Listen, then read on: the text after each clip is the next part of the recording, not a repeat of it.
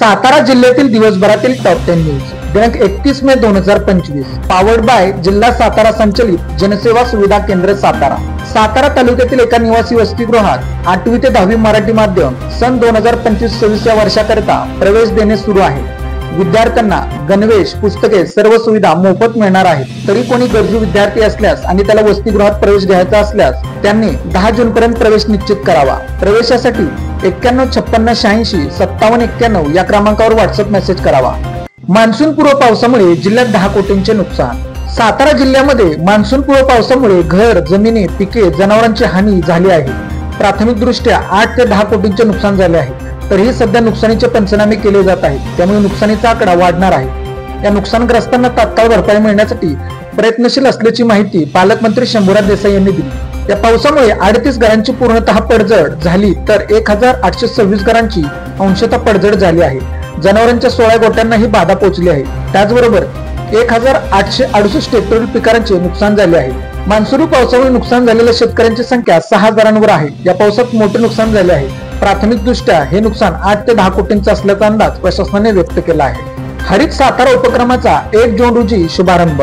राज्याचे सार्वजनिक बांधकाम मंत्री नामदार छत्रपती शिवेंद्रसिंहराजे भोसले यांच्या संकल्पनेतून सातारा शहर हरित शहर करण्याचा उपक्रम हाती घेण्यात आला असून सातारा जिल्ह्यात पर्यावरण संवर्धनाच्या दृष्टीने एक महत्त्वपूर्ण पाऊल उचलण्यात येत आहे। सातारा सार्वजनिक बांधकाम मंडळ, सातारा नगर परिषद यांच्या संयुक्त विद्यमाने पर्यावरण व निसर्गप्रेमी आणि नागरिकांच्या सहभागातून जागतिक पर्यावरण दिनाचे औचित्य साधून दिनांक 1 जून रोजी सकाळी 8 वाजता पवई नाका ते वाडेफाटा या रस्त्याकडेने यासह इतर परिसरात हजारो झाडांची लागवड करण्यात येणार आहे। निराधार मुलांच्या सर्वेक्षणासाठी साथी मोहीम। राष्ट्रीय विधी सेवा प्राधिकरण नवी दिल्ली मार्फत दुर्लक्षित, बेघर, अनाथ किंवा रस्त्यावर राहणाऱ्या मुलांचे सर्वेक्षण करून त्यांना आधार नोंदणीद्वारे अधिकृत ओळख प्रदान करण्याची मोहीम सुरुवात करण्यात आली आहे। दिनांक 26 मे ते 15 ऑगस्ट दरम्यान या मोहिमेत विविध ठिकाणी सर्वेक्षण होणार आहे। या मोहिमेत केवळ मुलांची ओळख निर्माण न करता त्यांना शिक्षण, आरोग्य, निवारा, सामाजिक समावेश, कायदेशीर संरक्षणाच्या दृष्टीने आवश्यक सेवा उपलब्ध करून दिल्या जाणार आहेत।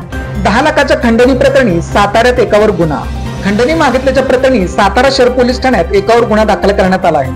दिनांक 3 मे ते 28 मे दरम्यान विनायक चंद्रकांत माने राहणार सत्यमनगर खेड सातारा यांची गाडी अडवून शिवागे दमदाटी करून अब्दुल इमाम सय्यद राहणार green city apartment Shahunagar Godoli Satara यांनी माने यांच्याकडून 10,000 रुपये आधी मागितले होते। त्यानंतर पुन्हा माने यांना फोन करून मुलाला ठार मारण्याची धमकी देऊन 10 लाख रुपयाची खंडणीची मागणी केली आहे। याबाबत सातारा शहर पोलीस ठाण्यात गुन्हा दाखल करण्यात आला आहे। बॉम्बे रेस्टॉरंट चौकात तुंबले गटार। सातारा शहराला जोडणाऱ्या बॉम्बे रेस्टॉरंट चौकाला लागलेल्या समस्यांचे ग्रहण काही सुटण्याचे नाव घेईना। पावसाळ्याच्या चौकात प्रचंड जलकोंडी झाली। पाण्यातून मार्ग काढताना वाहनधारकांना तारीवरची कसरत करावी लागली। आता पावसाने उघडीप दिली असली तरी या चौकात मधोमध असलेले गटार तुंबल्याने त्यातील सांडपाणी रस्त्यावरून वाहत आहे। पुणे बंगळुरू महामार्गावर वळसेजवळ रस्ता वाहतुकीसाठी धोकादायक। पुणे बंगळुरू महामार्गावर 6 पदरीकरणाच्या कामासाठी मोठ्या प्रमाणावर खोदकाम केले आहे।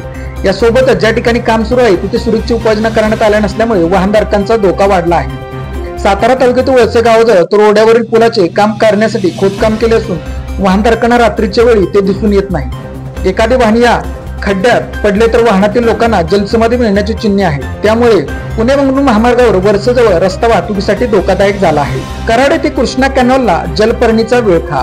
कराड येथील हजारो हेक्टर शेती क्षेत्र लाभ होणाऱ्या कृष्णा कॅनॉलला जलपर्णीने वेढले आहे। या कॅनॉलमध्ये ठिकठिकाणी मोठी पडझड झाल्याने प्रवाहात अडथळे निर्माण होत आहेत। जलपर्णी, काटेरी झुडपे, दगडांचा खच आणि दगड मातीच्या ढिगाऱ्यामुळे कालव्याचे नुकसान झाले आहे।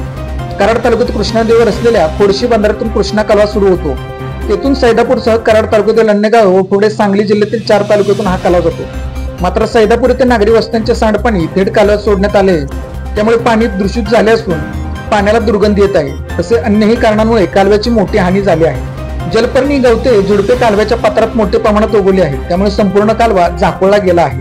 पावसामुळे टोमॅटो उत्पादक शेतकऱ्यांची निराशा। गेल्या 15 दिवसांपासून बाजारपेठेत पावसामुळे टोमॅटोचे प्रमाण कमी झाले आहे। उत्पादन खर्च जास्त असल्याने आणि दराची शाश्वती नसल्याने अनेक शेतकऱ्यांनी हे पिके काढून फेकून दिली आहेत। वातावरणातील बदलांमुळे 7 रोगांमध्ये वाढ। वळीव पाऊस व वातावरणातील बदलामुळे सातारा शहरात हळूहळू 7 रोगांमध्ये वाढ होऊ लागली आहे। सर्दी, खोकला, थंडी, ताप, अंगदुखीने नागरिक बेजार झाले असून शहरातील जिल्हा शासकीय व खासगी रुग्णालयांमध्ये उपचारासाठी येणाऱ्या रुग्णसंख्येतही वाढ झाली आहे। या दिवसात पाणी स्वच्छ गाळून उकळून प्यावे, उघड्यावरील अन्न पदार्थ खाणे टाळावे, कोणताही आजार अंगावर काढू नये असा सल्ला आरोग्य विभागामार्फत देण्यात आला आहे। अशाच बातम्यांसाठी जिल्हा सातारा या यूट्यूब चॅनेलला सबस्क्राईब करा. व्हिडिओ आवडल्यास व्हिडिओ लाईक करा, व्हिडिओवर कमेंट करा आणि व्हिडिओ जास्तीत जास्त लोकांपर्यंत शेअर करा.